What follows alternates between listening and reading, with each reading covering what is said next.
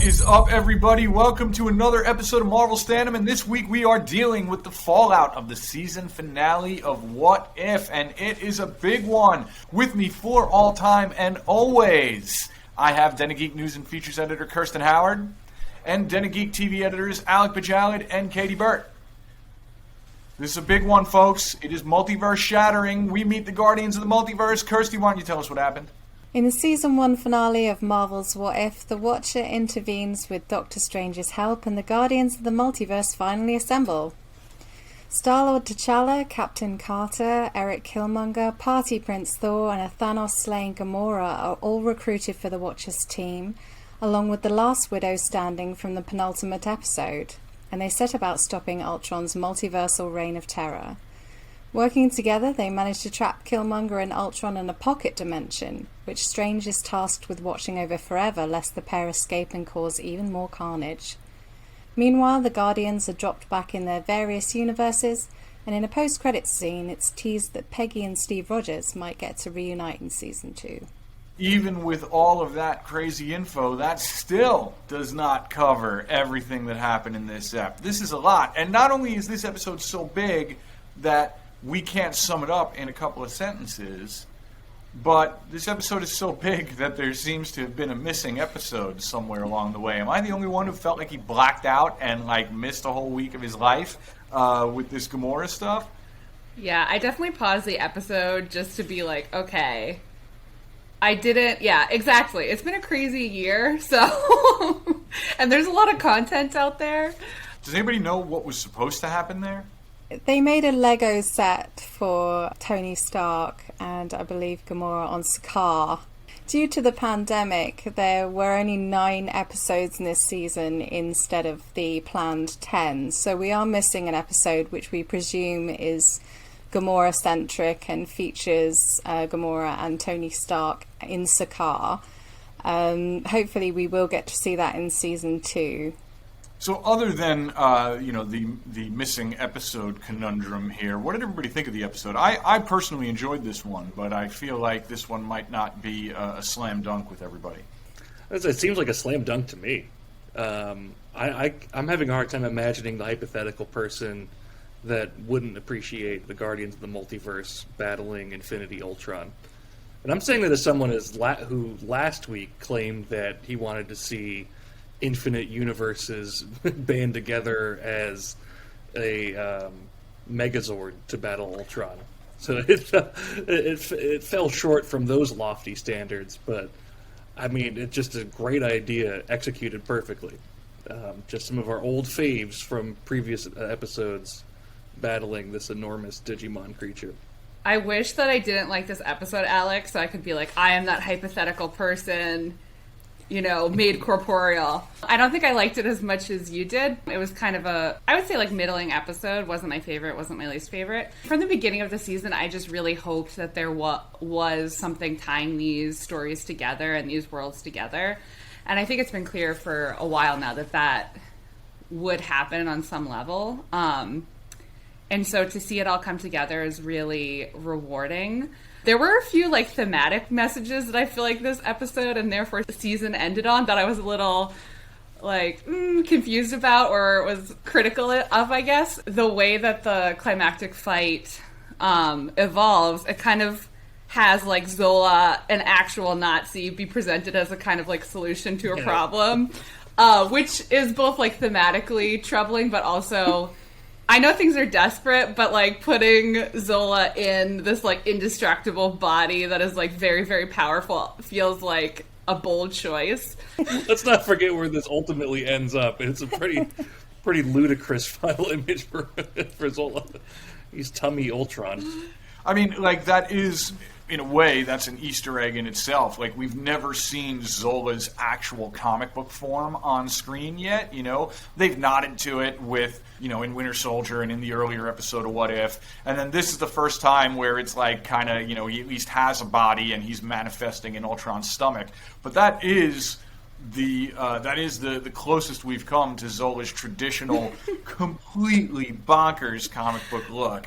And also, the Watcher as like audience surrogate, and the MCU stories are the most important thing, and they're real, and you should love them and protect them at all costs. It's like, yeah, I get why an MCU story would want to make that argument, but I think that there are maybe more interesting points to make with that character. I don't know what they are, but yeah, I'm going to be thinking about that. I'll take you one step further. Not only is the ultimate point of the series, according to the Watcher, that MCU stories matter, it's that MCU stories matter more than human lives. Yeah, that's kind of where it ended. You're like, oh, yeah, I mean, I really like the MCU. One other thing I liked about this episode is how quickly, how full of shit the Watcher was this whole time. Like, he takes to the role of like a team gatherer so quickly. He is so cinematic with it. Like he doesn't like turn up to these worlds and say like, hey, like explain real quick, I'm a Watcher and I need your help. This, that, like there's a thing going on, just come with me. He comes in, crosses his arms, goes, you have been chosen. He's just like really a ham. I instantly decided that this was going to be my new party game. Like, I just want to go up to a group of people and be like, editor of TV, wearer of beard, you have been chosen. Chosen for what? And then just disappear again. I think one of my problems with this episode, and this speaks to what you were just saying, Alec, is I think doing a big team up like this, and this was cool. I really did enjoy this episode.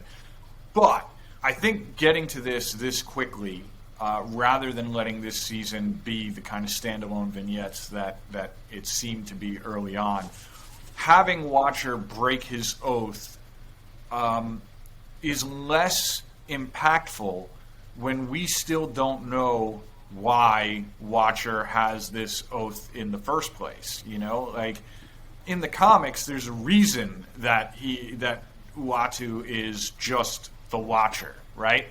The MCU has not given us this information yet, so it doesn't really have any impact when he's like, well, time to break my oath. You know what I mean? Like it doesn't really matter. And not only is that information missing for us, and lessening the impact of the decision, but also the lack of the Gamora episode kind of lessens the impact of the Guardians of the Multiverse assembling in the first place, which is a shame because it's an otherwise terrific episode.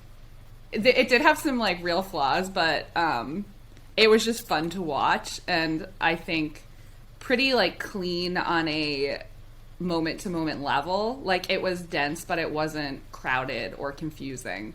Although speaking of confusing, when Thor was like, "Can we repeat the plan?" I was like, "Can someone please repeat the plan for Thor?" Like, I think he's serious, guys, and they're just like, anyways, moving on. And then he obviously doesn't know the plan when Ultron shows up. He still has his science tattoo. That's a fun little Easter egg. Actually, one of my favorite lines too was, I think, Gamora asks if he trusts Killmonger, and he's like, I trust everyone. I just love that as a character trait because I think it's pretty rare. So I guess now the next question is, how much of this can we possibly hope to see reflected in the live-action Marvel Universe? Because obviously we have Eternals coming, then we have Spider-Man No Way Home, which is a multiverse movie, but then we have Doctor Strange in the Multiverse of Madness. And I can't think of a better description of the Multiverse of Madness than what we've seen in the last 2 or 3 episodes of What If. So for me, I feel like the Guardians of the Multiverse are a potential reflection or a potential version of the Illuminati from the comics, which were Reed Richards, Professor X, Doctor Strange, Namor, and T'Challa.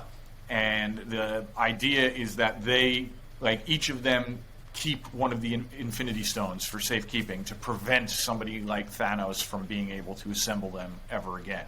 Most of those characters do not yet exist in the MCU, but I can see the Guardians of the Multiverse serving a similar purpose if needed, and it allows them to bring back Haley Atwell as as a version of Peggy Carter in live action, and I would absolutely just kill to see the Captain Carter suit in live action. it would definitely give them an excuse to keep Michael B. Jordan hanging around in some capacity, despite, Killmonger's fate in this episode. I just wonder if we'll get a glimpse of some of the, non-variant versions, or the variant versions of, non-living, non-present-day characters in the MCU going forward. But that's just, it's a pretty loose theory, I'll admit. Yeah, I'm so torn on this because I would love to see certain characters come back, but I also am I don't want the MCU to ever get too stuck in its past, and I think so far they've maintained a really good balance. I think a character like Natasha, who is probably not coming back in live action for lots of reasons, the ending here did make me wish that maybe it were possible for her to come back. That being said, she's one of these foundational characters in the MCU who I think she's been underserved compared to the other ones, but has had her own era. It would be great to see variant versions of the MCU characters in these live-action movies, and the characters that we've seen in What If. But the character that I'm almost certain that we're going to see in live action, coming out of this and having now seen the finale, is the Shumagorath.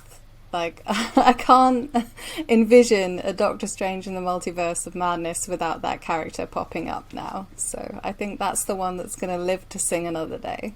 I would love to see them go all in on Multiverse of Madness and just make it so incomprehensible that a non-Marvel viewer who watches it just dies instantly. Nice. Now we're getting into the issues with superhero universes that have plagued them since they were just comic books, right? Which is the ongoing notion that these things are not welcoming to new fans because they are so obsessed with their own continuity. And I think one of the strengths of the MCU overall, and one of the reasons for its runaway success, it was completely comprehensible to and welcoming to new fans and new audiences, to the point where you were able to get into it. It was true to the spirit of the characters. You were able to kind of just absorb everything you needed to know and just go with it, to the point where personality wise the MCU versions of the characters have replaced, have completely overwritten their personalities in the comics now. But now, as we start getting more and more self-referential, and we introduce more and more variants and non-sacred timelines and this and that, I think some people are going to start being turned off. I worry that as we go forward, we're going to start getting into situations like we had with the X-Men movies. Once they kind of rebooted the continuity, and with a nonsensical timeline with X-Men First Class. How dare you, Mike?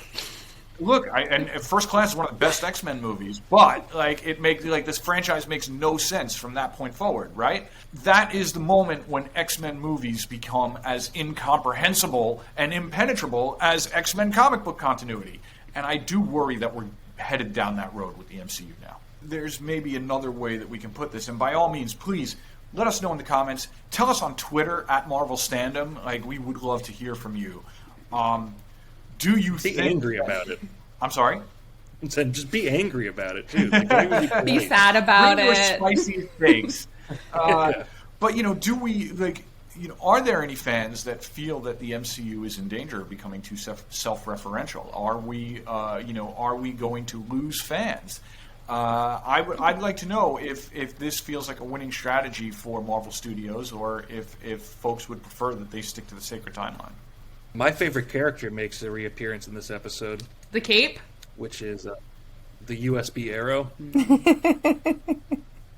And I love how easy it is for Natasha to shoot Ultron in the eye from 3 football fields away, just hammering home that Hawkeye really is pointless. Also just hammering home, whenever Natasha shows up, I know she has some, tools and training, but she doesn't even have, she has the protection that Doctor Strange offers, but she's just really, always punching above, her weight class, or whatever the boxing metaphor is. Yeah. It's very really impressive. Is. Oh, are we not going to talk about how way into each other Peggy and Natasha were? Well, I know, wasn't going to bring it funny. up, Alec, but... I can't believe that. Like, we didn't start this by going like, and anywho, you'll never believe what happened. Yes, if you read Kirsty's recap reviews of the episodes, as you all should, they have been floating the Pagasha Nategi. Yes. Yeah, ship names, but open to other possibilities. Chinese food is the official food of making plans. In every single movie in which it's time to like make a plan to take down the bad guy, you always have to have chopsticks in your hands. I think the first time I noticed that was in Ghostbusters. Yes, same here. Ghostbusters for sure. Yeah, Ghostbusters, and they did it in Endgame as well. How else are you supposed to make your points extra long without the chopsticks, though? I know. It makes sense. Looking back on the season as a whole, what was your favourite episode? I think the T'Challa-centric one really stands out to me, T'Challa as Star-Lord. I think especially as the season went on, things got a lot darker and more dystopian and higher stakes. And I think that's fine, but it feels rare both in the MCU or more so just across like the pop culture landscape to have, I don't know, such a idealistic story or to center such an like a optimistic character where things actually work out because of that idealism. Having an episode centered around Chadwick Boseman feels just even more precious now. So yeah, that's definitely looking back a standout for me. Episodes 3, 4, and 5 was quite a run. That was the Hank Pym episode, the Doctor Strange episode, and then the Zombies episode. And I think I would go with Zombies for my favorite. Just because I'm kind of hardwired to like zombies anyway, but I also do like that as I mentioned when our episode that aired, that's one of my favorite things about zombie stories is like the randomness of who bands together and then who survives at the end. I just liked watching. It was a good pair up episode for Scott Lang's head and Peter Parker and T'Challa. I think I got to go with episode 1. I love Captain Carter, and that to me feels like the most traditionally comic booky of the concepts. Like a favorite what if thing in the comics was always like, what if somebody else became Spider-Man instead of Peter Parker, you know? So I really like the concept. That really kind of introduced the idea that they were going to do things in animation that they just could not do in live action. And, you know, more Haley Atwell is always a good thing. I think I'm going to join Alec and say Marvel Zombies. Yeah, I just think there were so many bizarre moments in that episode that they're really stacked up. So it's hard to argue with the Zombies episode as a favourite. And that is it for another episode of Marvel Standom. Thanks for watching, everybody. We will be back soon. Maybe not next week. Exploring everything the MCU Multiverse has to offer. Make sure you hit that follow button. Follow us on Twitter at Marvel Standom. Follow our web home, Den of Geek, at Den of Geek US and at Den of Geek on Twitter. Go to our web home, denofgeek.com. Find all our Marvel coverage there, denofgeek.com/Marvel. Did you know that we are also on Spotify and Apple Podcasts? Just in case you can't stand to look at us anymore, you can just listen to these as podcasts there. So thanks for watching. We'll see you real soon. Where is Gamora? Yeah, I'll do you one better. Who's Gamora? I'll do you one better. Why is Gamora?